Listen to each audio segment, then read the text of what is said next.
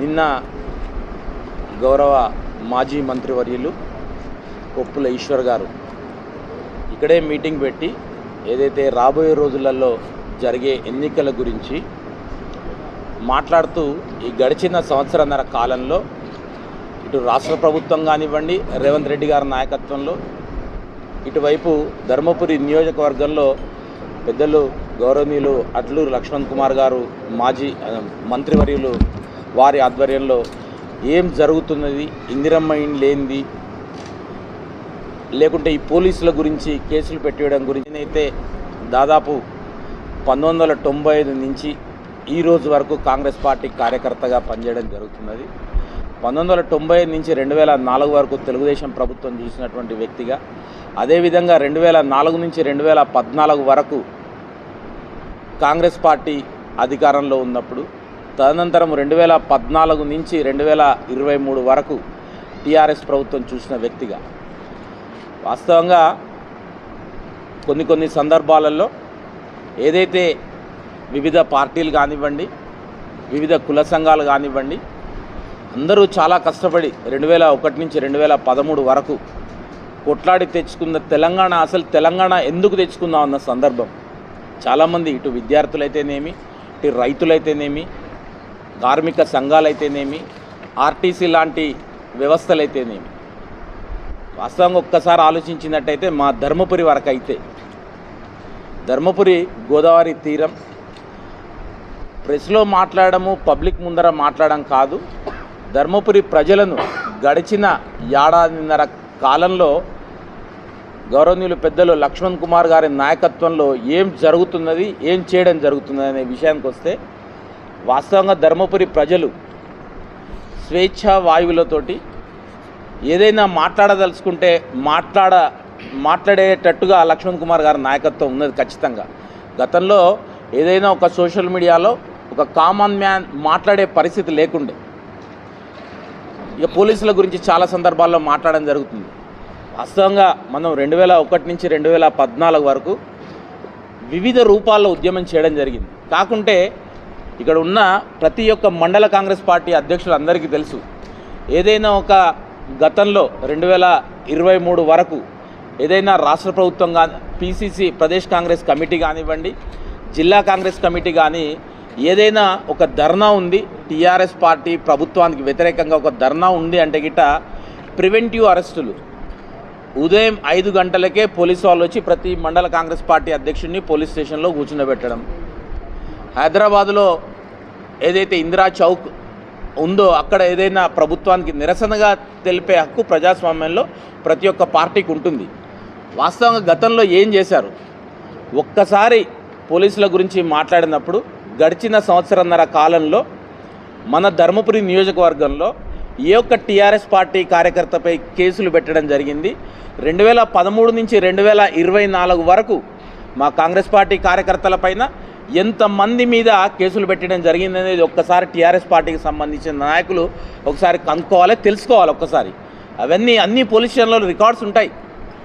పోలీసుల ద్వారా కాంగ్రెస్ పార్టీ వాళ్ళు ఏం చేస్తున్నారు అనేది వాస్తవంగా 2009 నుంచి 2023 వరకు నియోజకవర్గంలో అతి దగ్గరగా లక్ష్మణ్ కుమార్ అన్న గారిని చూసిన వ్యక్తిగా ఏ రోజు కూడా ఏ ఒక్క కార్యకర్తను పలాని వాళ్ళ మీద కేసులు పెట్టాలి, పలాని వాళ్ళని ఇచ్చేయని ఈ రోజు వరకు కూడా ఎప్పుడు చెప్పలే. అధికారంలోకి వచ్చి దాదాపు 18 మాసాలు అవుతున్నది. ఈ రోజు వరకు కూడా ఎప్పుడు అలాంటి సందర్భం కానీ అలాంటిది ఏ కార్యకర్తను ప్రోత్సహించలే. కానీ మేము చూసాం ధర్మపురి, మరీ ముఖ్యంగా ధర్మపురిలోనైతే ఇసుక గురించి కానివ్వండి, మట్టి గురించి కానివ్వండి, ధర్మపురిలో రోడ్డు వైడనింగ్ అప్పుడు ఏం చేశారో అనే విషయంలో కానివ్వండి, ఎప్పుడైనా కానీ ఎవరితోటైనా కానీ కామన్ మ్యాన్ తోటి కానీ ప్రజలతోటి కానీ ఒక చర్చ జరిపి ఏదైనా ఒక నిర్ణయం తీసుకోవాలనే ఆలోచన ఉండాలి. అలాంటి ఆలోచన లేకుండా మేము అధికారంలో ఉన్నాం, పోలీసు వాళ్ళు మేము చెప్పిందే వినాలి, ఏదైనా ఉల్టా కేసులు పెట్టాలి, మేము చెప్పినట్టే అధికారులు ఎంఆర్ఓలు కానీ ఎంపీడీఓలు కానీ అదే విధంగా చేయాలని చాలా సందర్భాల్లో వారు చెప్పడం జరిగింది. కాకుంటే ఇది ప్రజాప్రభుత్వం, రేవంత్ రెడ్డి గారి నాయకత్వంలో 6 గ్యారంటీలు కూడా మాట్లాడడం జరిగింది. వారు వాస్తవంగా మిగులు బడ్జెట్గా ఉన్న రాష్ట్రాన్ని ఆర్థిక క్రమశిక్షణ లేని ముఖ్యమంత్రి ఇష్టారాజ్యంగా వ్యవహరించినా కానీ రేవంత్ రెడ్డి గారి నాయకత్వంలో ఈరోజు వరకు బస్సు గురించి కానివ్వండి, ఎలక్ట్రిసిటీ గురించి కానివ్వండి, ఇంకా అనేక 6 గ్యారంటీల విషయంలో ఒక మహిళలకు సంబంధించిన ఒక పెన్షన్ విషయంలో ఒక పెండింగ్ ఉంది. అది కూడా ఖచ్చితంగా రేవంత్ రెడ్డి గారి నాయకత్వంలో రాష్ట్ర ప్రభుత్వం అది కూడా చేపడుతుందని ఈ సందర్భంగా తెలియజేస్తున్నాం. ఇందిరమ్మ ఇండ్ల విషయంలో కూడా ఈ మధ్య కాలంలోనే జూన్ 2 నుంచి ఇందిరమ్మ ఇండ్ల ప్రొసీడింగ్స్ గౌరవ మంత్రివర్యుల నేతృత్వంలో ప్రతి మండలంలో ఇవ్వడం జరిగింది. చాలా సందర్భాల్లో వారు స్వయానా చెప్పినప్పుడు నేను ఉన్నాను. దయచేసి ఒక 30 ఇండ్లుంటే 2-3 పేదవాళ్ళు ఎవరైనా కార్యకర్తలు ఉంటే ఖచ్చితంగా తీసుకోండి, కానీ నిజమైన నిరుపేదలకు ఖచ్చితంగా ఇవ్వండి అని గౌరవ మంత్రివర్యులు అడ్లూరు లక్ష్మణ్ కుమార్ గారు కార్యకర్తలకు ఖచ్చితంగా చెప్పడం జరిగింది. కానీ 6 గ్యారంటీల గురించి లేకుంటే 420 అబద్ధాలని ఇష్టం ఉన్నట్టు గౌరవ మంత్రివర్యులు మాజీ మంత్రివర్యులు మాట్లాడడం జరిగింది. వాస్తవంగా అవన్నీ కూడా వెనక్కి తీసుకోవాలి. ఎందుకంటే ఇవన్నీ చేశారు కాబట్టి కేసీఆర్ నుంచి ఒక చిన్న గ్రామంలో ఉండే ప్రతి కార్యకర్త వరకు ఏం చేశారో అవి చేశారు కాబట్టి కాంగ్రెస్ పార్టీకి రేవంత్ రెడ్డి గారి నాయకత్వంలో 65 సీట్లు ఇవ్వడం జరిగింది. ఏదైతే గడిచిన కొన్ని రోజులలో వడ్ల కొనుగోలు విషయంలో కానివ్వండి, ఏ అంశంలో విషయంలో కానివ్వండి, ఎక్కడ ఏ మైనారిటీ స్కూల్లో కానివ్వండి, ఏ సోషల్ వెల్ఫేర్ స్కూల్లో కానివ్వండి, ఎక్కడైనా కానీ ఒక ఉద్యోగం ఒక నిరుపేద వచ్చాడంటే ఇట వాళ్ళతోటి ఏమీ చర్చించకుండా నిజంగానే నిరుపేద ఈజ్ క్వాలిఫైడ్ అని వాళ్ళకి ఉద్యోగం ఇవ్వడం జరుగుతున్నది. ఏ రోజు కూడా ఈ కరప్షన్ గురించి మా మంత్రి గారు కానివ్వండి, మా ఇక్కడ ఉండే ప్రతి కాంగ్రెస్ పార్టీ కార్యకర్త ఏ రోజు కూడా ఎప్పుడూ మాట్లాడలేదు. అవన్నీ కూడా ప్రజలు స్పష్టంగా గమనిస్తున్నారు. మేము చేసిన పని ధర్మపురి నియోజకవర్గంలో గౌరవ మంత్రివర్యులు పెద్దలు లక్ష్మణ్ కుమార్ గారు చేస్తున్నటువంటి కష్టము ఏదైతే అభివృద్ధి విషయంలో రేపు రాబోయే సర్పంచ్ ఎన్నికలు కానివ్వండి, ఎంపీటీసీ ఎన్నికలు కానివ్వండి, ఖచ్చితంగా 100% 100% వారి యొక్క నాయకత్వంలో ఇక్కడ ఉన్న ప్రతి ఒక్క కాంగ్రెస్ పార్టీ కార్యకర్త కష్టపడి గ్రామాలలో కానివ్వండి, అన్ని ఎంపీటీసీలు కానివ్వండి ఖచ్చితంగా గెలిచి తీరుతామని ఈ సందర్భంగా తెలియజేస్తూ, నిన్నటి రోజున ఇదే వేదికగా గౌరవ మాజీ మంత్రివర్యులు కొప్పుల ఈశ్వర్ గారు కాంగ్రెస్ పార్టీ ప్రభుత్వం మీద అనేక ఆరోపణలు చేసినారు. గత 10 సంవత్సరాల కాలంలో ఏదైతే టీఆర్ఎస్ పార్టీ ఎన్ని రకాలుగా ఈ రాష్ట్రంలో అవాంతరాలు ఇబ్బందులు కలిగించిందో ఒకసారి వెనక్కి తిరిగి చూసుకోవాలి. ఇవాళ మేము కొప్పుల ఈశ్వర్ గారిని సూటిగా ఒకటే ప్రశ్నిస్తూ ఉన్నాం. మీరు సంక్షేమ శాఖ మంత్రిగా వ్యవహరించినారు, ఇదే నియోజకవర్గం నుంచి ప్రాతినిధ్యం వహించి. ఈ నియోజకవర్గంలో మీరు దళిత బంధు అని చెప్పి మా పార్టీ కార్యకర్తలకు ఇస్తామని చెప్పి స్టేజ్ మీద మాట్లాడి ఈ నియోజకవర్గంలో ఎంతమంది దళిత కుటుంబాలను మీరు ఆదుకున్నారో స్ట్రేట్గా ఒక శ్వేతపత్రం విడుదలయ్యారు. అలాగే మీరు నిన్న పోలీసులు బల్లల కింద చేతులు పెట్టి అన్నారు. మీ అంతగా పోలీస్ వ్యవస్థను వాడుకున్నాడు అసలు దేశంలో ఎవరు లేరు. ఒక చిన్న ధర్నా చేయాలంటే, చిన్న రాస్తారోక చేయాలంటే ప్రివెంటివ్ అరెస్టులు చేసి కాంగ్రెస్ పార్టీ నాయకులు భయభ్రాంతులకు గురి చేసిన రోజులు. ఒక నిజాం పాలన ఎట్లా సాగిందో మీ 10 సంవత్సరాల పాలన అట్లా సాగింది. అయ్యా ఇవాళ ఒక్కటే అడుగుతా ఉన్నాం, ఇందిరమ్మ పేరెత్తే నైతిక అర్హత మీకు లేదు. ఎందుకంటే 10 సంవత్సరాల కాలంలో మీరు ఒక్క ఇందిరమ్మ ఇల్లు నిర్మించినట్టయితే ఇవాళ చెప్తా ఉన్నారు ముందు స్థానిక సంస్థలు ఉన్నాయని చెప్పి మళ్ళీ వచ్చి మేము గ్రామాలలో కోతాం అంటున్నారు కదా. ఇవాళ ప్రతి గ్రామంలో నిరుపేద ఇల్లు కట్టడానికి రెడీ అవుతున్న సందర్భంలో మీరు వాళ్ళు కడుపు మండి ఎక్కడ మేము ఓడిపోతామని చెప్పి ఒక అభద్రతా భావంతో మీరు అవాకులు చవాకులు పేలుస్తున్నారు తప్ప వాస్తవాలను గ్రహించాలి. అయ్యా చాలా చెప్తా ఉన్నాం, మీకు రేషన్ కార్డుల వ్యవస్థ చూస్తూ ఉన్నాం. మీరు 10 సంవత్సరాల పిల్లాడైంది మేము ఊళ్ళలో పోతూ ఉంటే మమ్మల్ని అప్రిషియేట్ చేస్తూ ఉన్నారు. అంటే ఇవాళ మా రేవంత్ రెడ్డి గారు చేసిన పని ఇవాళ ఒక సాధారణ కార్యకర్తగా మేము ఒక కాంగ్రెస్ పార్టీ కార్యకర్తగా మేము గౌరవంగా ఫీల్ అవుతున్నాం. 10 సంవత్సరాల అమ్మాయిని చూపెట్టి ఇవాళ మా 10 సంవత్సరాల నుంచి రేషన్ కార్డుల పేరు పని మీరు ఇవాళ వచ్చి ఏదో ఒకటి మాట్లాడడం భావ్యం కాదు. మీకు ప్రజాక్షేత్రంలో ప్రజలు బుద్ధి చెప్పేదానికి రెడీ ఉన్నారు. ఇప్పటికీ మీకు అసెంబ్లీ ఎన్నికల్లో బుద్ధి చెప్పినారు, పార్లమెంట్ ఎన్నికలు చెప్పినారు, రానున్న స్థానిక సంస్థలలో కూడా బుద్ధి చెప్పడానికి ప్రజలు రెడీ ఉన్నారు. మీరు ఏం బాధపడకండి, మీరు మంచిగా ఉండండి అని చెప్పి నిన్న మాజీ మంత్రి గారు కాంగ్రెస్ పార్టీపై చేసిన ఆరోపణలు ఉద్గారం మండల పార్టీ పక్షాన మరియు మా కాంగ్రెస్ అధ్యక్షుల తరఫున ఖండిస్తున్నాము.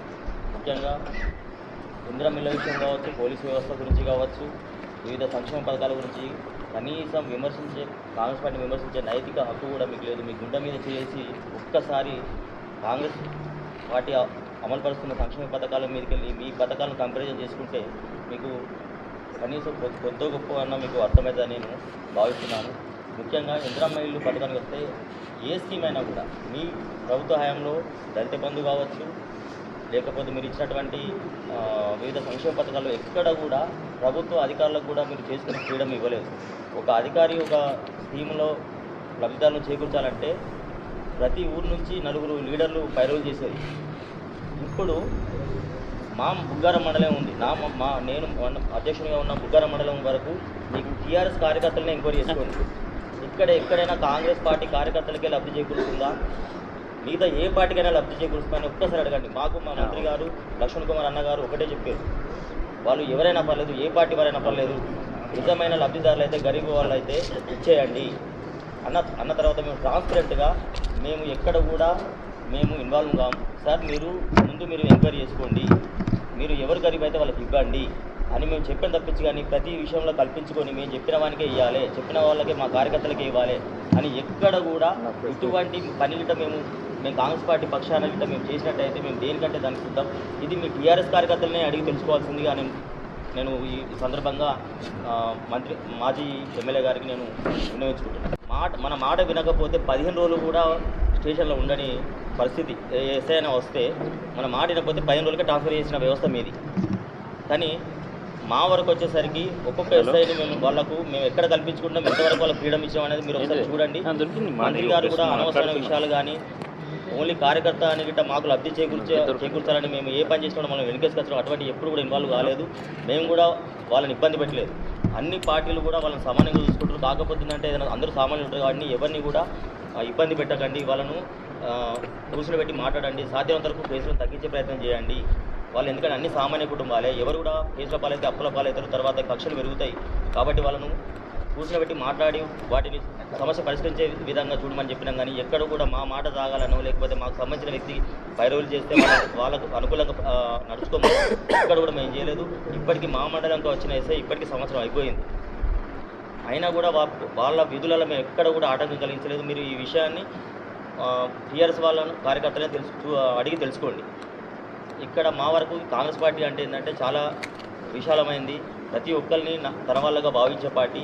టీఆర్ఎస్ లెక్క కొద్ది మందికో కొద్ది దొరలకు భయపడే పార్టీ ఇది కాదు. సామాన్య ప్రజలు ఎవరైనా వచ్చి కాంగ్రెస్ కార్యకర్తలు ఇంటి వాళ్ళ లెక్క భావించి మాకు సమస్యలు చెప్తారు తప్పించి కానీ వీళ్ళకి చెప్పకపోతే మాకు పని కాదు, లేకపోతే వీళ్ళకి చెప్పకపోతే మనల్ని దృష్టిలో పెట్టుకుంటారు అన్న ఉద్దేశం ఎక్కడ కూడా కనబడదు. మీరు ఒక్కసారి ఊళ్ళల్లో మా మండలం కాదు వేరే మండలంలో కూడా మీరు తిరిగి చూస్తే మీ కార్యకర్తలను కూడా అడిగితే అప్పటికి మీ పరిపాలనకు ఈ పరిపాలనకు ఎంత తేడా ఉందో అని మీరే తెలుసుకుంటారు. దయచేసి అనవసరమైన తప్పుడు ఆరోపణలు చేసి బదనాం చేసే ప్రయత్నం చేస్తే ఇవరకే మిమ్మల్ని ఓడగొట్టిర్రు, భవిష్యత్తులో కూడా మిమ్మల్ని ఈ ప్రజలకు క్షమించాలని తెలియజేసుకుంటూ ముఖ్యంగా నిన్న జరిగినటువంటి కుప్పల ఈశ్వర్ గారి యొక్క ప్రసంగంలో వాస్తవంగా ఆయన పలు పర్యాయాలుగా ఎన్నో శాఖలుగా ఎన్నో ప్రభుత్వంలో గత 10 సంవత్సరాలలో ఎన్నో ఉన్నతమైన హోదాల్లో ఉండి అలా మాట్లాడడం సరైన పద్ధతి కాదు, సరైన భావన కాదని చెప్పి మేము కాంగ్రెస్ పార్టీ మండల అధ్యక్షుల పక్షాన తీవ్రంగా ఖండిస్తూ ఉన్నాం. ఈ గడిచిన 18 నెలల్లో ఏ ఒక్క టీఆర్ఎస్ పార్టీ నాయకునిపైన ఏ మండలంలో కేసు అయింది మీరు నిరూపించగలరా అని చెప్పి మేము మాజీ మంత్రి వారిని ఈ వేదిక నుంచి మేము ఖండిస్తూ ఉన్నాం. గడిచిన 18 మాసాలలో టీఆర్ఎస్ పార్టీ నాయకులు బాజాప్తా ప్రతి పోలీస్ స్టేషన్లలో సీసీ కెమెరాలు ఉంటాయి, స్వేచ్ఛగా వాళ్ళు పోయి మంచిగా పనులు చేయించుకుంటారు కూర్చొని. కావాలంటే పత్రికా సేవలకు నేను చెప్తా ఉన్నా, ప్రతి పోలీస్ స్టేషన్లో సీసీ కెమెరాలు ఉంటాయి, మీరు బాజాప్తా సీసీ కెమెరా చూసుకోవచ్చు. అవసరమైతే మాజీ మంత్రివారిలో కూడా మేము ప్రతి పోలీస్ స్టేషన్ నుంచి సీసీ ఫుటేజ్ ఇస్తాం. మీ యొక్క టీఆర్ఎస్ పార్టీ నాయకులు వచ్చి పోలీస్ స్టేషన్లో కూర్చొని మంచిగా పనులు చేయించుకుంటున్నారా లేదా అనేది మీరు తెలుసుకోండి. ఏ ఒక్క టీఆర్ఎస్ పార్టీ నాయకులపైన ఇప్పటి వరకు కేసులు కాలేదు. వారికి ఒకటే కడుపు మంట. లక్ష్మణ్ కుమార్ అన్న గారు అంచెలంచెలుగా ప్రజల మధ్యలో ఉండి తెలంగాణ రాష్ట్రంలో ఏ ఒక్క ఎమ్మెల్యే నియోజకవర్గంలో వారానికి వారంలో కనీసం ఒక 6 రోజులు ప్రజలకు అందుబాటులో ఉంటూ ఎప్పటికప్పుడు సమస్యలపైన స్పందిస్తూ ప్రజలకు అందుబాటులో ఉంటూ ప్రజలలో వాళ్ళకు వస్తున్నటువంటి ఆదరణ చూసి ఓర్వలేకే ఈ యొక్క తప్పుడు మాట్లాడుతున్నారని చెప్పి మేము తెలియజేస్తూ ఉన్నాం. ముఖ్యంగా ప్రభుత్వంలో ఈ గడిచిన 18 నెలల్లో పేదవాళ్లకు గత ప్రభుత్వంలో అల్లుడొస్తే ఏడ వాడుకుంటారు, కోడినేడ కట్టేస్తే కోడినేడ ఉంటుంది, బర్రేడు ఉంటుంది అని అనేక మన ఇందిరమ్మ 70 ఏళ్ళు అని చెప్పి ఏదో గొప్పలుగా చెప్పుకున్నారు. డబుల్ బెడ్రూమ్ ఇల్లు కట్టిస్తామని చెప్పి.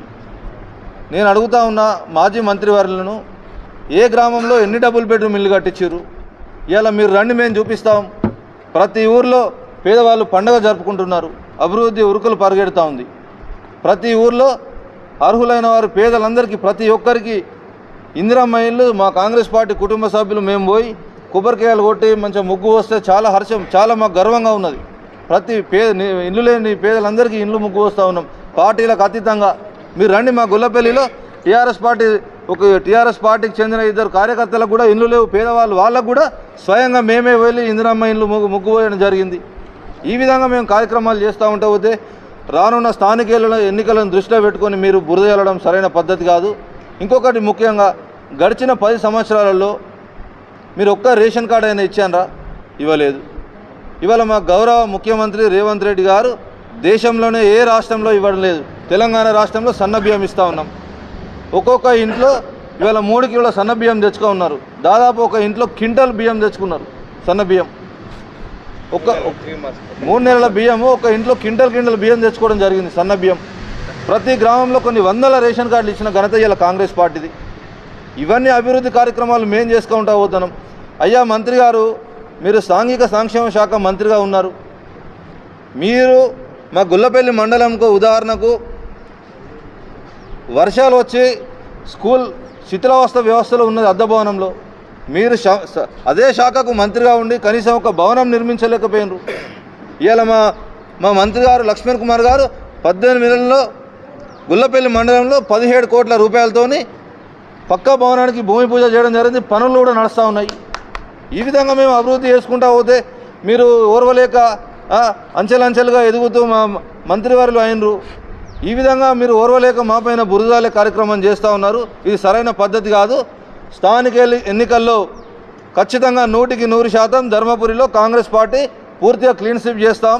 తప్పకుండా మీరు ప్రజలను దారి మళ్లించేందుకు ఒకటి పోలీసు టేబుల్ కింద పెట్టి ఇవన్నీ మీరు మీ యొక్క స్థాయిని మార్చి మీరు మాట్లాడడం సరైన పద్ధతి కాదని చెప్పి మేము మండల కాంగ్రెస్ పార్టీ పక్షాన తీవ్రంగా హెచ్చరిస్తున్నాం.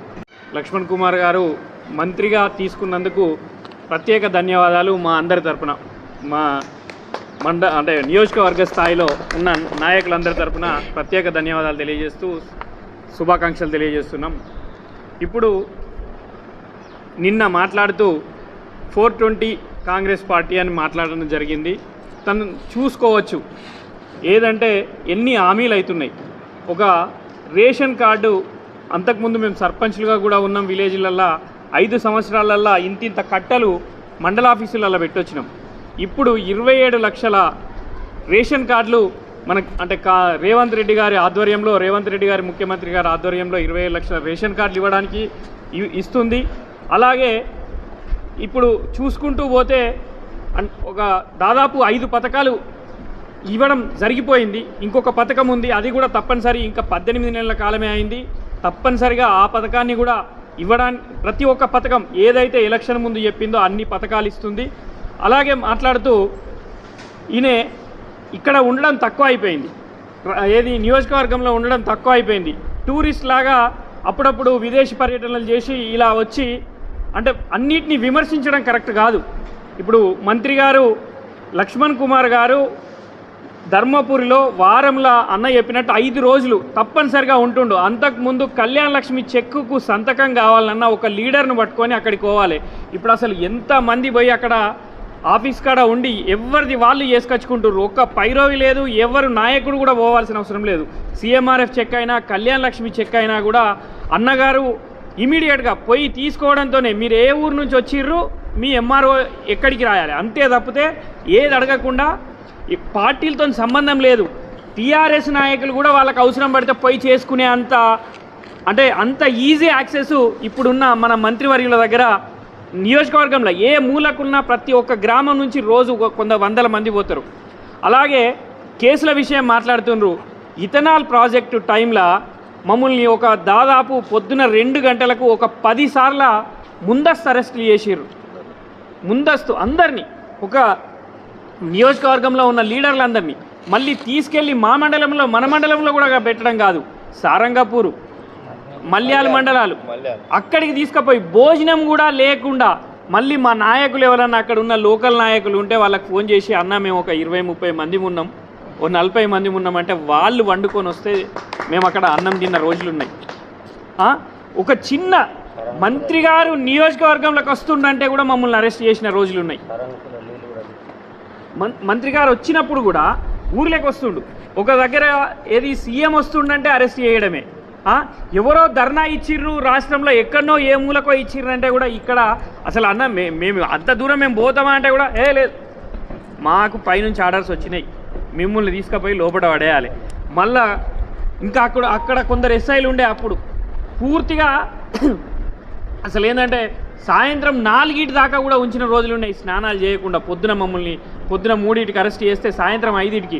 ఒక్కసారి అయితే మమ్మల్ని సారంగపూర్లో వేసినప్పుడు రాత్రి 7కి వదిలేసి 7:30-8కి అన్నం నీళ్లు కూడా లేదు అక్కడ. అట్లాంటి పొజిషన్లో, అంత నిర్బంధంలో కాంగ్రెస్ పార్టీ అంటే భయపడాలి అని చెప్పేసి అప్పుడున్న సర్పంచ్లను, ఎంపీటీసీలను ఎవరిని పడితే భయపెట్టించి పార్టీలలో జాయిన్ చేసుకున్న చరిత్ర వాళ్ళది. మనమేం పార్టీలకు ఎవరిని కూడా భయపెట్టించేది లేదు. అందరూ సమానంగా చూస్తుర్రు. మా నాయకులు అందరూ చెప్పినట్టు నిజంగా ఇందిరమ్మ ఇల్లు చూస్తే అసలు డబుల్ బెడ్రూమ్లు ఒక మండలానికి ఒక 2 విలేజ్లలో ఇచ్చిర్రు కావచ్చు. ఇప్పుడు ప్రతి విలేజ్లో, ప్రతి గ్రామంలో, 140 గ్రామాలలో నియోజకవర్గంలో ప్రతి గ్రామంలో లేని వారికి రియల్గా అంటే నిజంగా మంత్రివర్యులు చెప్పింది ఏంటంటే మమ్మల్ని అందరినీ మండల ప్రెసిడెంట్లను పిలిచి, అన్న ఈ ఫస్ట్ విడత లేని వాళ్ళకే పెట్టండి, మన కార్యకర్తలైనా సరే వాళ్ళకు ఒకసారి నీకు కావాలంటే నేను పర్సనల్గా చెప్తా, సెకండ్ విడతనో థర్డ్ విడతనో తీసుకోమని. ఓన్లీ ఇట్లా మనల్ని వేలెత్తి చూయించొద్దు, అది ఏ పార్టీ అన్నా కానీ ఇయ్యుర్రి అని చెప్తే మేము కూడా ఉన్న గ్రామశాఖ అధ్యక్షులకు కానీ అక్కడ ఉన్న లోకల్ క్యాడర్కి కానీ చెప్పినాం, మీరు తప్పనిసరిగా లేని వాళ్లకు ఇండ్లు ఇవ్వాలి అని కూడా చెప్పినాం. అట్లాంటి ట్రాన్స్పరెంట్గా ఒక పార్టీ అధికార పార్టీ నడిపిస్తుర్రు. లోటు బడ్జెట్కు తీసుకొచ్చినా కూడా ఇప్పుడు 9,000 కోట్లు మనం చూస్తున్నాం. ఒక 3 రోజుల నుంచి అందరి అకౌంట్లలో డబ్బులు కూడా పడుతున్నాయి. దాదాపు మనం అంతా కూడా చిన్న సన్నకారు రైతులమే. దాదాపు నాకు తెలిసి ఇక్కడ ఉన్న ప్రతి ఒక్కరికి, భూమి ఉన్న వాళ్ళందరికీ కూడా డబ్బులు పడి ఉంటాయి ఈ 5 రోజులలో. మాతో పాటు అందరికీ డబ్బులు కూడా ఇస్తుండ్రు. కాబట్టి ఇలాంటి అంటే తన స్థాయిని మరిచి, ఒకప్పుడు మంత్రిగా చేసిర్రు, తన స్థాయిని మరిచి పోలీసు వాళ్ళు ఇట్లా తీసుకుంటుర్రు. పోలీసు వాళ్ళను పెంచి పోషించిందే వాళ్ళు 10 సంవత్సరాలు. వాళ్ళను వాడుకున్నంతగా ఇట్లా జీబుకు కూడా అడ్డం పోకుండా మొత్తం 20 మంది నిల్చొని కారుకు కూడా అడ్డం పోకుండా నిల్చుండబెట్టింది వాళ్ళు. అట్లాంటి మాటలు మానుకోవాలని, అలాగే కొందరు నాయకులు ఏదో ఇట్లా మంది కనిపించగానే మంత్రి గారిని పట్టుకొని లక్ష్మణ్ కుమార్ జాగ్రత్త ఖబర్దార్ అని కూడా మాట్లాడిరట నిన్న. అట్లాంటి వాళ్ళు కూడా కొంచెం భాషను మనసును దగ్గర పెట్టుకొని, ఒళ్ళును దగ్గర పెట్టుకొని మాట్లాడవలసిందిగా మా నియోజకవర్గ కాంగ్రెస్ పార్టీ తరఫున విజ్ఞప్తి చేస్తూ ఇక్కడికి వచ్చిన ప్రతి ఒక్కరికి ప్రత్యేక నిధులతో పాటు SDF నిధులు కానివ్వండి, మా ధర్మపురి వరకు అయితే TUFIDC నుంచి దాదాపు ఒక 15 కోట్ల రూపాయలు ధర్మపురికి ఇవ్వడం జరిగింది. వాస్తవంగా ఒక్కసారి వాళ్ళు గమనిస్తే, ఇప్పుడు 2014లో అధికారం వచ్చారు అంటే నేనైతే నా ధర్మపురి గురించి చెప్పగలుగుతాను. 2018 వరకు ప్రతిదీ గుడిపోయి మేము కొద్దిగా గొప్ప గ్యారంటీలు ఒకటి, అది కాకుండా ఇప్పుడు ఏదో ఆ 4 సంవత్సరాలు ఏం చేసి దాదాపు 18 మాసాలు అయింది. చాలా ప్రపోజల్స్, ఇంతకుముందు మిత్రుడు చెప్పాడు గొల్లపల్లిలో 17 కోట్లతో ఒక భవనం నిర్మిస్తున్నారని చెప్పడం జరిగింది. అంతే తప్ప ఇప్పుడే ఏదో జరిగిపోయిందని ఇంకేదో, అదే 4 సంవత్సరాలు ఏం చేయలేదు, 18 మాసాలు మాత్రమే అయింది. ఓన్లీ NREGC అంటే ఏంటంటే దాదాపు మీరు ఒక్కసారి గమనించాలి, గడిచిన 2 సంవత్సరాల నుంచి మన తలాపుకు సముద్రం పెట్టుకొని దప్పికేడిచినట్టు మా ధర్మపురి పరిస్థితి ఆ విధంగా ఉండే. ఆయనకుండే SDF నిధుల నుంచి దాదాపు నియోజకవర్గంలో 8 కోట్లు 10 కోట్లు ఉంటే 6 కోట్ల వరకు ప్రతి గ్రామంలో, నియోజకవర్గంలో ఉండే ప్రతి గ్రామంలో బోర్వెల్ వేయించడం జరిగింది. చాలా స్పష్టంగా అధికారులకు జిల్లా కలెక్టర్ గారి ఆధ్వర్యంలో మంత్రి గారు ఇప్పుడున్న మంత్రి గారి ఆధ్వర్యంలో ఆర్డబ్ల్యూఎస్ అధికారి ఆధ్వర్యంలో మీటింగ్ పెట్టి ఏ ఒక్క మహిళ కూడా బిందె పట్టుకొని బయటకు రావద్దు నియోజకవర్గంలో స్పష్టంగా ఆదేశించడం జరిగింది. ఖచ్చితంగా ఇంకా టైం ఉంది. 100% వారు మంత్రి అయినారు. 100% ప్రతి గ్రామంలో ఏదైతే అంతర్గతంగా ఉండే రోడ్లు కానివ్వండి, ఏదైతే ఈ సాంఘిక సంక్షేమ శాఖ మాత్రులు కాబట్టి హాస్టళ్ళు కానివ్వండి, ఏదైతే 2027లో జరిగే పుష్కరాలు కానివ్వండి, హాస్పిటల్స్ల విషయంలో కానివ్వండి, ఇన్ఫ్రాస్ట్రక్చర్ విషయంలో కానివ్వండి, సాగునీరు విషయంలో కానివ్వండి, గౌరవ మంత్రివర్యుల ఆధ్వర్యంలో 100% ఏదైతే వారు గ్రామాన్ని చెప్పారో 100% చేసి చూపిస్తాం కూడా.